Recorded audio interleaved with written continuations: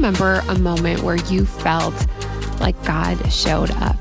Thanks for joining me today on the Parable Podcast. I'm your host, Danielle Zapchenk, and today we're going to have a conversation with photographer and founder of Crown for Ashes, Ashley Cochrane Olson, who found herself as a widow at 31 years old and discovered how God would continue to show up for her. I'm remarried now, but that does not heal the fact that I lost Chris. Aaron does not take Chris's place in my heart. I'm not whole again because of Aaron. I'm whole because of Jesus. And I need him as much on my best day as I did on my worst day. And he will never stop inviting me into more healing. Here's my conversation with Ashley Cochrane Olson.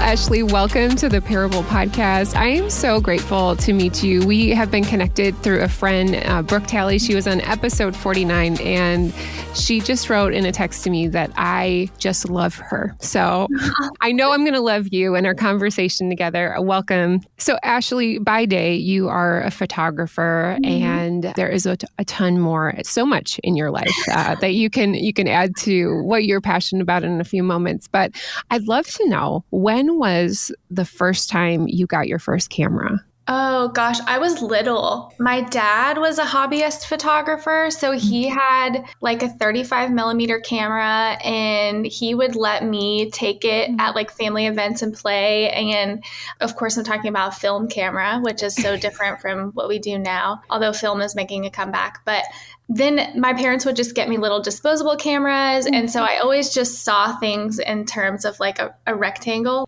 When I would look at the world around me, I saw how can I tell a story within this frame? And so I just kind of fell in love with that as a kid, and didn't ever think it would be a thing that I could do for a living. And even I went to college for hospitality management, and still, planned on planning events and working in the hospitality space, and ended up just falling in love with taking pictures of the things that I was doing. And so that kind of circled back around in my adult life, and I became a wedding photographer and spent 10 years doing that, and then made a transition into the branding photography world, and still such a hobbyist, love to take pictures of the nighttime sky and my garden and things like that, and travel. And it is a way of seeing the world and an art in itself. Yeah. Do you like being on the other side of the camera, or Not is that really? Not really. Yeah. It is necessary because they say the curse of the photographer is your existence is not documented ever.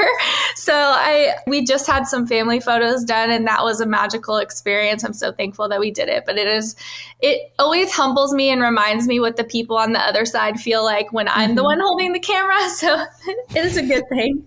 I always think of the couple photos where we're in front of the camera as our school photos. I look back, and some of those were rough. I wonder, do the people who do that, do they have a passion about photography? Because there's some unique photos that are out there.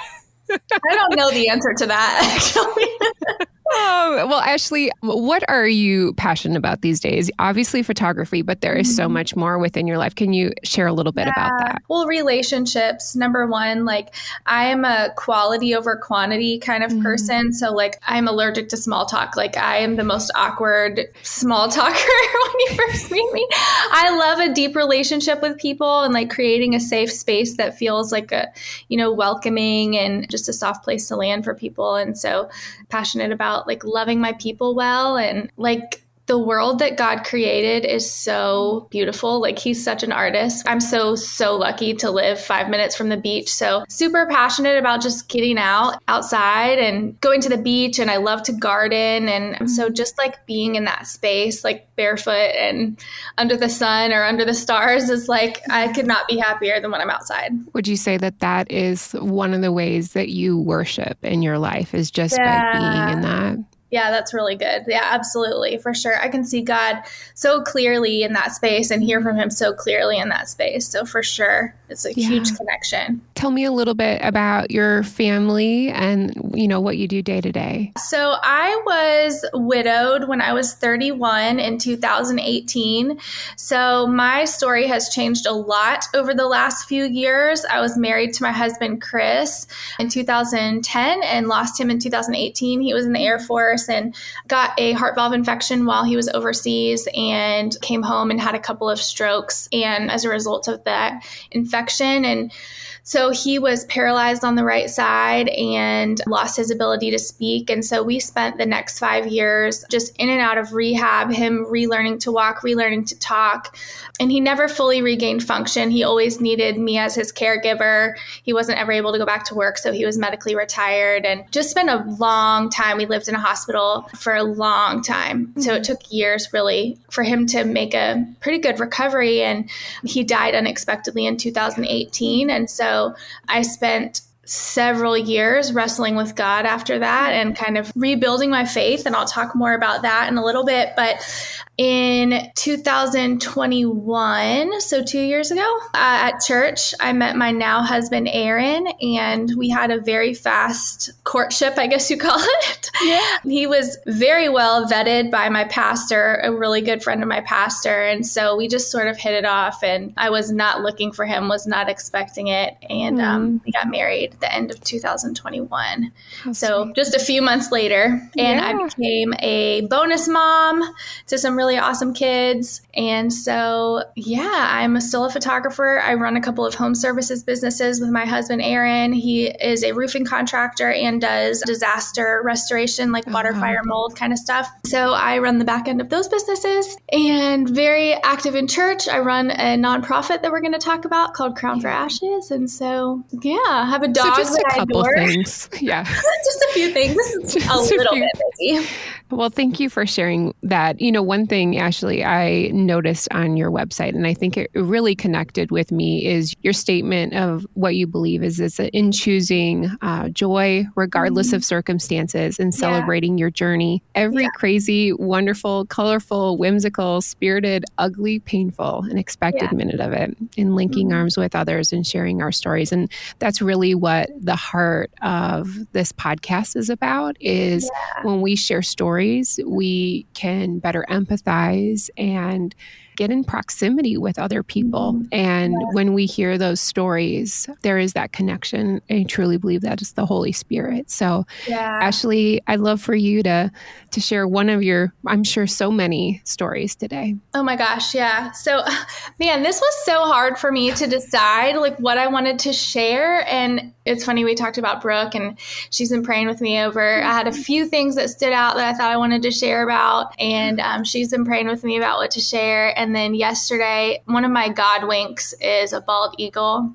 And I was on my way home and sitting in traffic, and I looked up and a bald eagle was circling us. And I just texted Brooke and I was like, there's a bald eagle circling my car right now. And she was like, I know what story you're going to share. So I hope that this really lands for some people, and just seeing the places that God's fingerprints are on their story when you can look back. Because I think it's really hard in moments of suffering and like the in between, when your expectation of what you thought your life was going to look like is not what your life looks like. And I hope that this gives people an image of some of those like stones of remembrance in their story. So I mentioned my husband, Chris, my late husband, Chris, was injured in the military, and part of his recovery was adaptive sports. So we got really involved with the Wounded Warrior adaptive sports through the Air Force. He learned to shoot a bow with a mouth tab because he couldn't use his right arm and he was right hand dominant. He learned to swim again because he could still rotate his shoulder. He got this really cool device that had an internal gyrometer that could tell where his leg was in space and fire his muscles because he still had some hip movement. So while it took him 6 months to get out of a wheelchair, 6 months to string 3 or 4 words together again after having heart surgery and brain surgery and being hospitalized for 6 months, he came home ready to kind of fight forward. And in that time, at the time that he had the strokes, he did not have a relationship with the Lord. So he believed that God existed, but he didn't have a personal relationship with the Lord.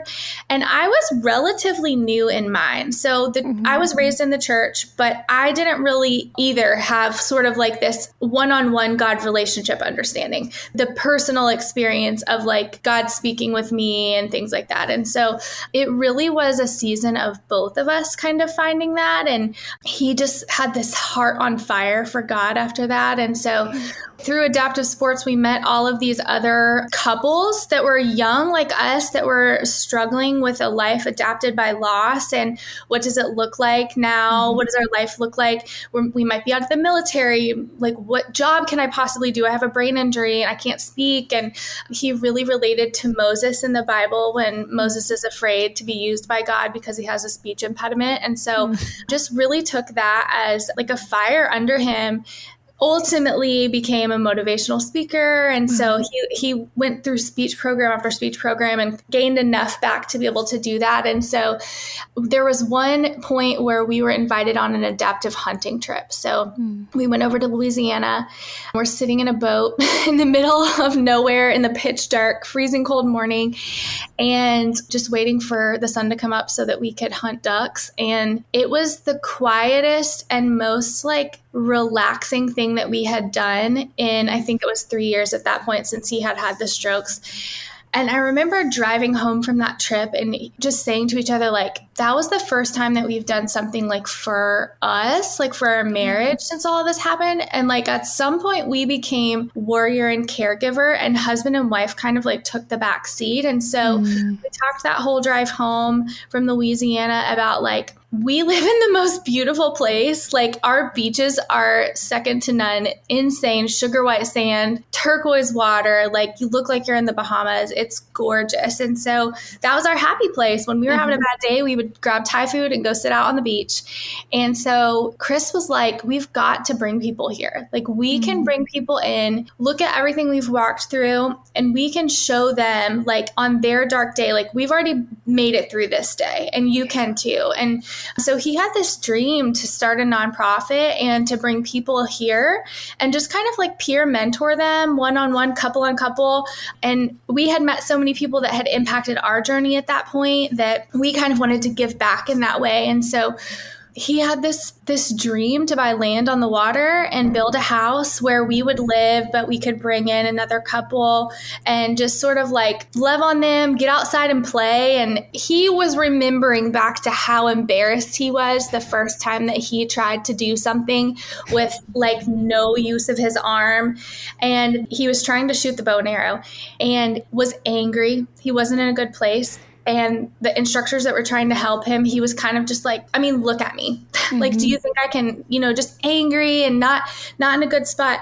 And a guy walked up to him who had his arm amputated, and he was like, what are you complaining about? Yeah. And he showed him how to shoot with a mouth tab, and it changed his life. And so he wanted to be able to give that to people. And so we started looking for land. And have you ever read the book, The Circle Maker? It's Mark Batterson. I know what it is, but I'm going to write it down right now. So it's like about praying circles around a dream or like what God's calling you to. And so I had just read that book. And so I reread the beginning of it with Chris, and he was just learning how to read again at that point. And so we just decided that we were going to pray circles around this dream to start a nonprofit.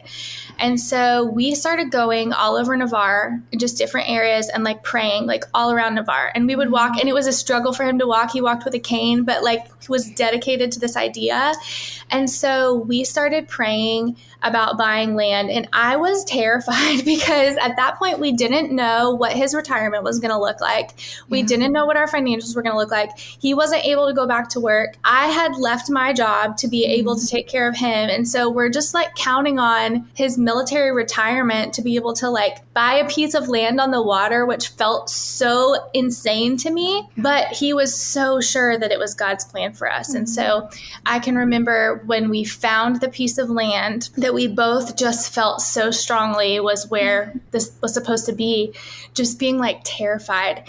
And he was not terrified, which was crazy to me, that he just had this confidence in the Lord's plan that I was like, I'm not there. And like, you're brand new in this relationship with the Lord, and you feel like you hear so clearly, like I need to hear that clearly, And so I can remember I was driving somewhere. I remember being on the interstate. I don't remember what I was doing or where I was going, but I remember just saying like, Lord, I need a neon billboard sign. And like, I know that you're not in the business of the burning bush all the time anymore. Like sometimes you are, but sometimes not. And I can remember a good friend of mine saying like, God's in both, right? Like he's in both paths. So like if you step out in faith and you're not supposed to do something, he'll course correct you. Yeah. But I just remember being like, no, I need the burning bush. Like I need it. And I think the Lord is so sweet to us to know, like, I spend more time in my limbic brain than I do in my frontal cortex. Like I just heard a quote from John Mark Comer about this last week that I was like, yes, I like so related to, where he talked about he actually has to make a practice of going into his limbic brain, which is like your creativity and intuition and like imagery and things like that in prayer, instead of being in like language and logic. And I'm the opposite. Like I have to try to go language and logic. I sit so easily in like creativity and intuition and just like feelings. And so, and God knows that about me because he made me. So he's so kind to not always answer us in this way, because he's not a genie in a bottle, right? But to answer me in the way that I needed to be answered. And so I can remember driving on the interstate and just being like, I need like a serious sign. Like, God, would you just, okay, like what's something that it would be really weird for me to see? Like, okay, tomorrow, if I saw a bald eagle on the beach tomorrow, like on the beach, I would know that this was land. And I'm like testing God here, right? Like, I don't think that I'm really supposed to do this, but like I am terrified. And so the next day we were driving to my husband's swim lessons. I had completely forgotten that I had prayed that prayer. I was sitting in like freaking out about the land because he was like, we got to make an offer. We got to make an offer. But I remember we were driving and we happened to drive the island road, which is like this thin strip of land between Navarre, where we live, and Pensacola, where Chris's swim lessons were at this condo out on the beach. I remember we were driving that road. We never normally went that way, but he had wanted to for some reason. And we're driving along and I'm lost in space because I'm like freaking out about this land. And Chris looks over and he goes, oh my gosh, Ash, look, I've never seen a bald eagle on the beach before. And I was like, what? Of course, I'm like bawling my eyes out. I'm like, I look over and sure enough, there's a bald eagle sitting on the beach on like this random branch coming out of the sand. And so I'm like crying my eyes out. He's like, why are you crying? So then I have to tell him the whole story because he had no idea that I had prayed that. Yeah. And he's like, okay, we got to make an offer. Like you asked, I've been telling you, like I already had the word, like you got the word. And so we decided that we would go every day for 7 days out to the piece of land and pray circles around the land for 7 days over the offer that we were going to make. And we felt called to the number offer that we made. It was well below what they were asking. And every single day while we prayed, God gave us a sign. Every day we saw a rainbow while we prayed. And I was just like, this is unreal. Like, this doesn't happen. Like, but the rainbow in the Bible is a symbol of God's promise. And like, it just was like he was being so kind to me and my like freaking out heart. And my husband was so confident and he was so kind to every single day. Just be like, this is what I'm asking you to do. Just another reminder. This is what I'm asking you to do. And it wasn't like the same rainbow every day. Like some days it was a double rainbow. One day we saw triple. One day it was a rainbow that was like a ring around the sun. It was like just nuts. And it would not be there. And then we would be praying and it would be there. And I would just be like, I cannot make this up. Like I could not make this up if I tried. Like this is wild. So somewhere I have all these pictures of all these rainbows.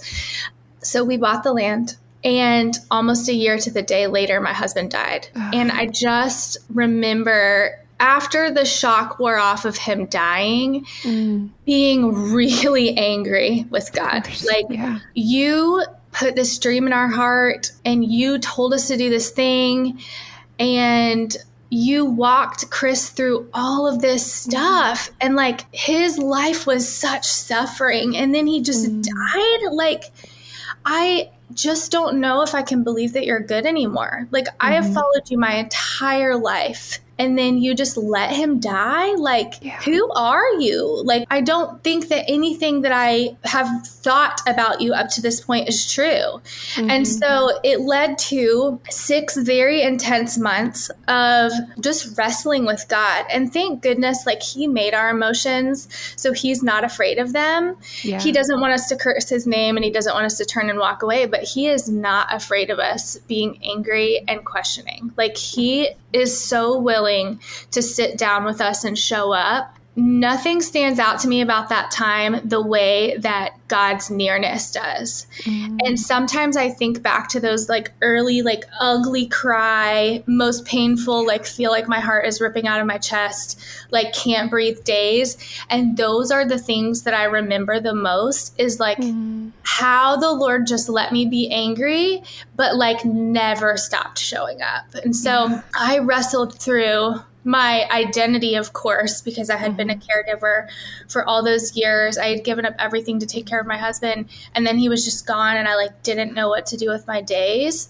And so really like led me to a journey through the Bible of like, okay, this is what I've thought about you my whole life because this is what I've been told, but now I need you to show me who you are. And so he is very faithful to show up. And so what I did was go through the Bible and write down all the things that he says about himself, and then like ask him to prove that that was true.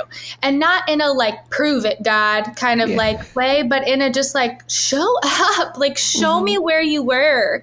Like, I need to believe that this is still true on my worst day. And he did. And everything that I asked him, every question that I had, like the hardest questions, like, God, how could you let him die in our bed? Like, you let death touch our house, which is supposed to be a safe place. It's supposed to be our sanctuary. And his answer to me was, Ashley, I also let heaven touch your house. And so every place that I wrestled, he just showed up and like showed himself faithful. And about 6 months after Chris went to heaven, he woke me up in the middle of the night and just downloaded in me the answer to my wrestling about this nonprofit. And so I have 3 journal pages of just like everything that he said in the middle of the night, like a 3 or 4 a.m. wake up about what this was supposed to be. And like, this is real. I gave you this for a reason. You're not only supposed to walk alongside the people that you've been walking alongside so far, but also like, I'm going to take where you are now as a widow and the worst thing that's ever happened to you and use it for good. And one day you're going to believe me. Like right now you might not, but one day you're going to look back at this and you're going to see that I did use it for good. And so it took me about 6 months to get up the bravery to actually do it. I didn't file for the paperwork until January 1st, which was like 6 months later. And I was told to expect that it would be anywhere from 4 to 6 months before the paperwork came back. Don't expect it earlier than July, some people said. So I really was just not expecting to get this paperwork for a long time. But on March 19th, which was just a little over 3 months later, which is the 1-year anniversary of Chris going to heaven, I got the mail out of the mailbox. And almost to the minute that he died, I opened the mail and the 501c3 letter was there, declaring that Crown for Ashes was an official 501c3. And so it just like brought me to my knees. Like, he has shown himself so faithful over and over. It was just like, see, I told you I'm in this. Like, for it to be such a significant date and for him to just every step of the way, like reassure, this is what I've told you. This is what I've told you. Don't forget, I told you this already. And so we went out to make the video, to make the website, and I'm sitting recording this video and I look up and there's a bald eagle circling me.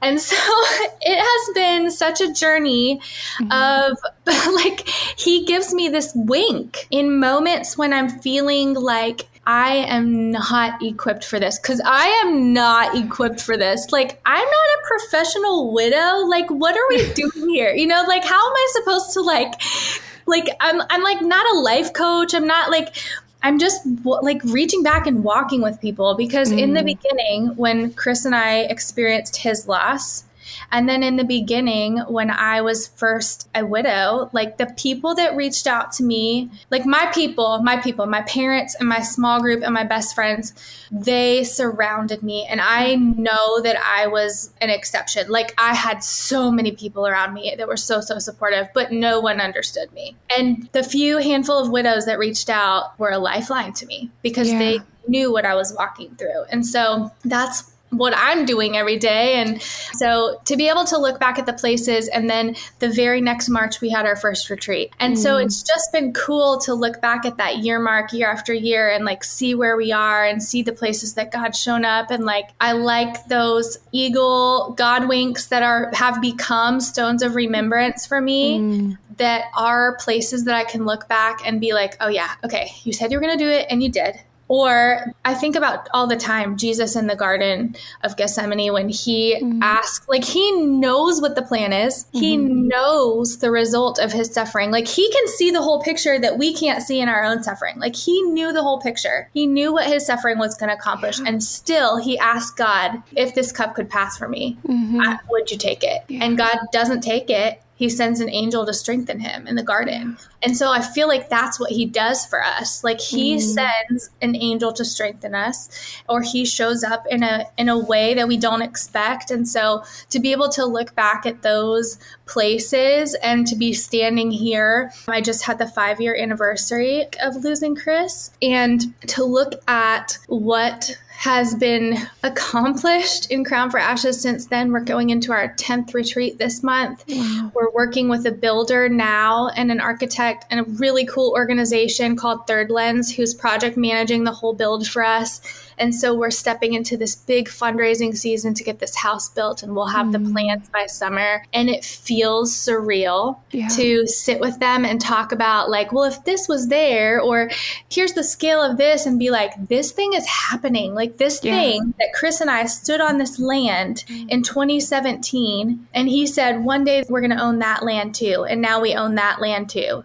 And like, he's not here, but these things are happening that like God promised a long time ago, and this land's never been built on because it's been set aside since the foundation of the earth for this purpose. And to like be a part of that is insane. Yeah. It's just so very cool to have little moments like that. And we've had bald eagles show up at retreats, and to look up yesterday and see that and just be like, I know you're doing the thing. Like, you're building the house. This was your idea. It wasn't mine. I said no at first. Like, you know, is just, he just shows up. Wow, Ashley, what an amazing story. And to think you're like, which one do I share? I mean, that was that was great. And gosh, I'm so sorry for the loss. I can't imagine, you know, when we think of our life, you know, you were in your 20s when you thought you would be married, and we think we have this plan, and here you are as a caregiver. Well, one thing that just kept circling in my mind during that is you had mentioned that Chris was afraid to talk, and he was really channeling Moses. Yeah. And I was thinking, you know, as Moses is bringing the Israelites to the promised land, like, he sees it, but he never makes it. Yeah. And God just so lovingly, he buries him. And initially when I read that, I was like, gosh, well, that was really kind of jerky that you just took him, and he didn't even get to walk into the promised land. And I do believe, you know, Chris had that moment where God brought him to that land for you. Yeah. And God was able then to use you, even though in that moment you're just like, I just don't understand. Yeah. So. You know, I love that you bring that up, because I have Joshua 1:9 on my arm, be strong and courageous, that I got tattooed on my arm after Chris's injury.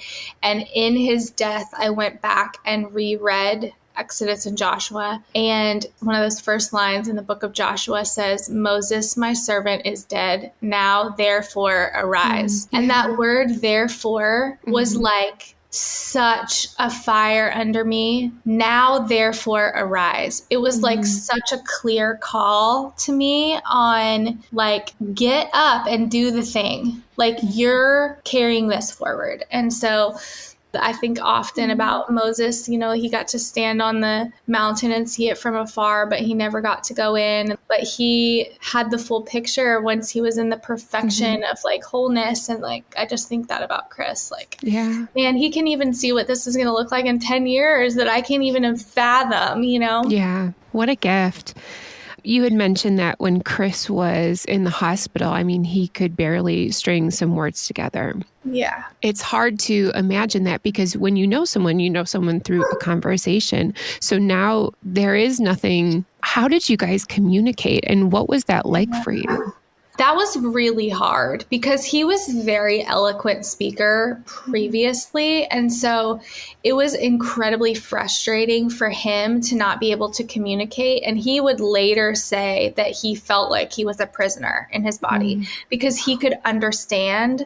But to the world around him, it seemed like he couldn't understand. And it seemed like he had lost some of his brain could not communicate with his mouth. And so it was a lot of patience and just like trying to forecast what he needed and try to read his emotions from what I knew of him. And his mom was there and she was a nurse her whole life. And so she was very helpful and how we do things and just caring for him. And it just took a long time. Like I remember the first time that he was able in speech therapy to write, "I love you." And like, that was so huge. And that was like months later. And he was so proud. And I mean, the early days were hard and so dark. Also like medication that you're on after things like that make things more dark. And so he later talked about some of the like very scary dreams that he had. And he wasn't sure, like he couldn't make sense of like, he was in a coma for almost a month. And so like, he couldn't make sense of like when that ended and when reality sort of began again. And so there was just a lot of darkness and a lot of like learning to communicate non-verbally and just, I don't wish it on anyone. It was not easy. Ashley, how did you and Chris meet each other? Was it love at first sight? No, we met through mutual friends. And so we hung out like in a group setting for almost a year before we started dating, or a little over a year. And we had both gone to Auburn. And so we had that in common. And I was in another relationship at the time that we met. So after that relationship ended, and one day he invited me to go to a game with him and his mom, and I went, and it was awesome. And I mean, I already knew that I liked him as a friend because I was around him. And so just hit it off. And that's sweet. I always love to know how people met each other because I would say I met my husband at work, but I told him for the longest time, like, we're only going to be friends and that's it. So here we are. All right. So I just recently finished Beth Moore's new memoir, and I'd have to say it's one of the best books I've ever read. And when I kind of just highlight different things, and I felt like this really called out to you, it says, the downside of human closeness is that to the degree you have loved their presence, you grieve their loss. Yeah. What is something about Chris that you grieve so much because you just love that so much about him? He had this just like ability to make everyone in the room feel so seen and valuable. Like people even now will tell me stories of like, oh, man, I only met him one time, but I felt like he would do anything in the whole world for me. Like he was so kind, and he just had this huge infectious smile and laugh, and like just this ability to like bring anyone in and make them feel included. And so, and even after he had a stroke, he had that ability. And so to hear back now, and there was a lot of stories shared on the 5-year anniversary, and to like go back and read those, I'm like, man, he was like so good at that. Like he really just made people feel so loved. That's special. Ashley, you became a widow at 31. Now you look forward into your life wondering, like, can I love again? Will I find someone like that? You and Aaron got married really quick, but in that time period between, I mean, there's such a sense of like healing and things that had to occur in order for your heart to be open to Aaron. Yeah. In the beginning, I did not think that I would ever find someone again. I didn't want to. I didn't want to think about it. I just thought there's no way that I would ever meet someone. Like no one's ever going to stack up to Chris. Like there's no way that I could ever meet someone that I could love in that way, to be willing to open my life to them. Like I said, I wrestled for 6 months. I spent a lot of very intense and intentional time, like digging back into who I believe God to be, and then what my identity is in light of that. And so that process took me 3 years to really be like okay, I like who I am and I know who I am as me, just me and Jesus, not who I am to somebody else, because I was a wife and I was a military spouse and then I was a caregiver, and I just, all of these things that once they were gone, I was like, I don't know who I am anymore. And I don't know what I like to do anymore. And I don't know anything about myself or this God. And so 3 super intense years before I was even willing to think about like, okay, I'm in a really good place. Maybe I could entertain the idea of someone else coming into this space with me. And so my friends were ready a lot sooner than I was for me to think about dating. And so I did go on a few dates before I met Aaron, but I was just like, this is horrible. Like, I don't want to do this unless I like walk into one of my best friend's houses and this guy's like sitting there, or I meet him at church. I'm just like not here for this. Like, I don't want to date. I'm not here to mess around. I've been married before. I know what it feels like to love someone intensely. And unless it's that, I'm not interested. And so I just really wasn't sure that was going to be a thing, because I knew that a person that came into my life was not going to fill the hole that Chris had left. Like, they're moving into a different place that is closed up. Like, it has a place that is special and on its own. And if God wants to expand my heart, and I heard some friends that like related it to when you have another baby, like if you have a child and then you have a second baby, you don't love that one more or the first one less. It's just like your heart gets bigger to allow for more love. And that is exactly what happened with getting remarried. So I met my husband, Aaron, at church. I had actually seen him at church for like probably a year and a half before he ever spoke to me. And I just saw him faithfully serving week after week and thought like, that's really cool. Like, you don't always see that with men. Like, sometimes you do. And I would see him there with his kids. And I just thought that was cool. But I never thought anything about him. He was not on my radar at all. And then in fall of 2020, my pastor invited me to sit on stage with him for 4 weeks and preach through the book of Ruth and like parallel my story with Ruth, the biblical Ruth. And so Aaron was in the congregation and he was doing sound. So he was there 2 services every week for 4 weeks. I preached this message and we spoke no words to each other. Like, I think I like just didn't even really see him. Maybe he was just another person, you know? And so he says now that he can like look back at that time and remember sitting there and being like, wow, like that's a solid woman and somebody's going to be lucky to be Boaz in her life. And just like, no, like not on the radar at all. We met about 6 months after that for the first time. So we ended up being at like a group lunch after church, like a whole group of us went out to lunch and we were both there and like spoke for the first time and then kind of slowly became friends. And then later down the road when we were like decided to start dating, it went very quickly. Gosh, it is cool to see how God works like that. Even though there's this stretch of time, but there is things that had to happen in order for you guys to fall in love and be ready for that. For my family situation, my husband was previously married and it was a rough divorce for him. And I always wonder, I'm like, why did he have to go through that? Why does anyone have to go through anything? And I truly believe that the way he loves me is only because of that hardship. Yeah. So my question for you, Ashley, is, do you feel like you can love Aaron more because of Chris? Yeah, so I say that often, and Aaron has a very difficult story of his own. He walked through a very difficult divorce as well. And same as you, I ask like, God, why did he have to walk through that? And like, this is what it took for us to both find each other. And like, but I ultimately, when I started to pray about God possibly bringing a man into my life, I wanted to be very, very prayerful with it. And I prayed for someone who had developed grit and steadfastness in their relationship with the Lord as a result of the hard things that they had walked through. And that is exactly who Aaron is.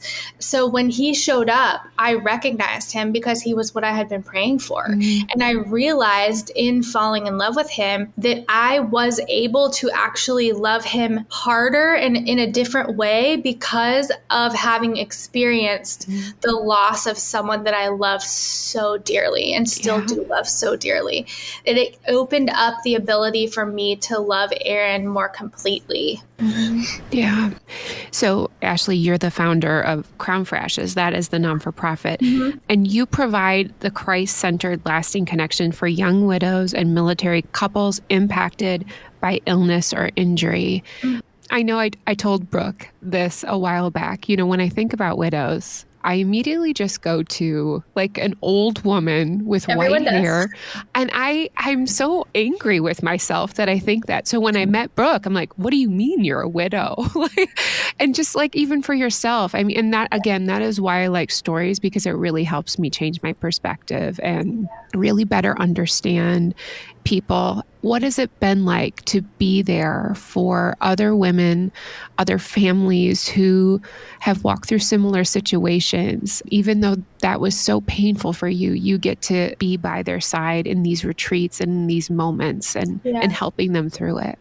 Well, I just know how helpful it was for me. So like, I want to be able to give that to other people. So like, Brooke was one of the first widows that I met. So like you, because I was a military wife, I knew that that was a potential.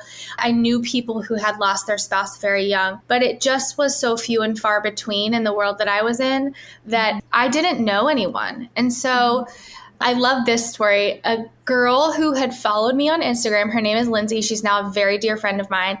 She had followed me on Instagram for my wedding photography. She was a friend of Brooke. They knew each other through where they both worked. And she reached out to me and she was like, listen, this is going to make me sound crazy. I realize that, but I think I'm supposed to be your friend and God won't leave me alone about it. And I just can't stop being so sad about Chris. I feel like I've like watched your whole journey since he got hurt and I'm like devastated by his loss. And I just want to be your friend. Can we go to coffee?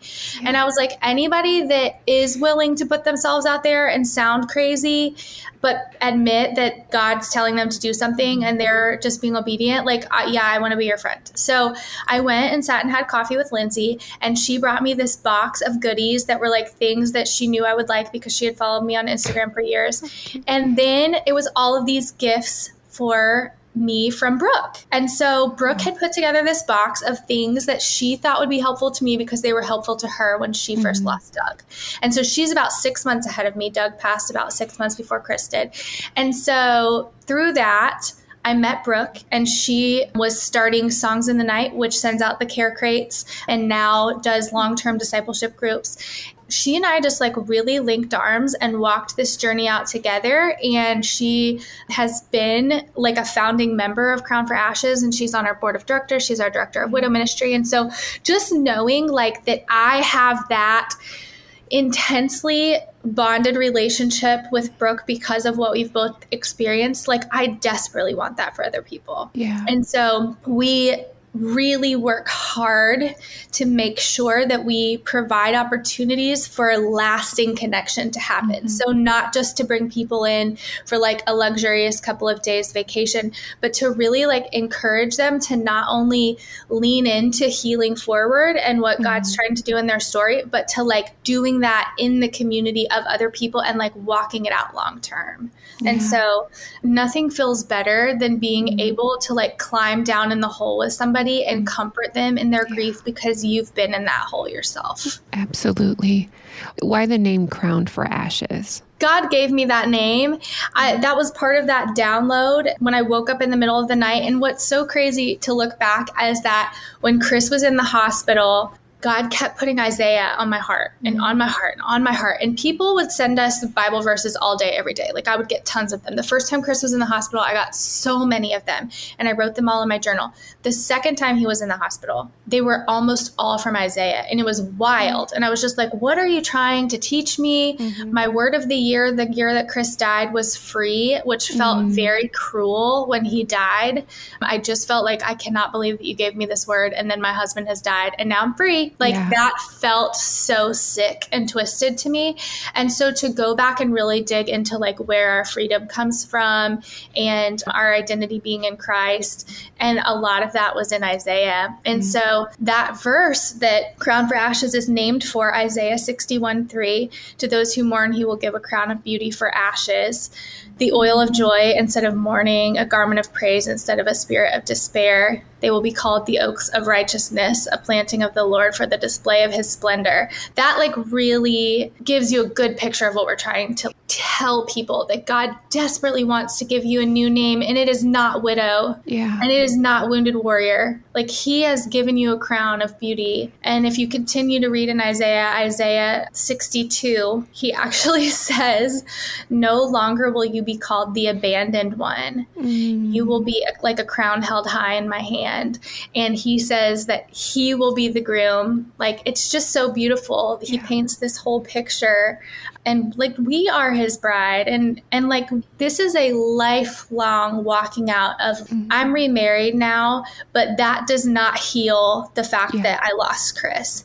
Aaron does not take Chris's place in my heart. I'm not whole again because of Aaron. Like, I'm whole because of Jesus, and I need him as much on my best day as I did on my worst day. And he will never stop inviting me into more healing. So we just like pray that to be able to give that image of that crown, like, you have already been given this because Jesus died for it, that like, you have to take it and wear it and walk it out every day.